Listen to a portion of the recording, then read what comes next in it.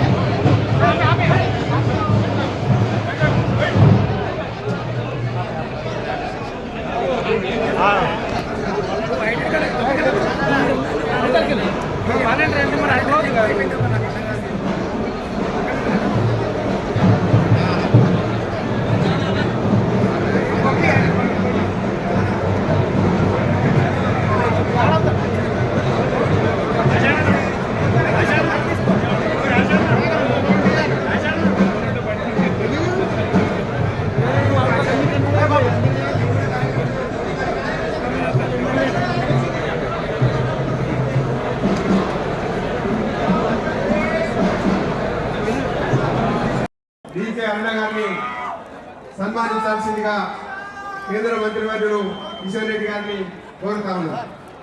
Bharat Mata key, Bharat Mata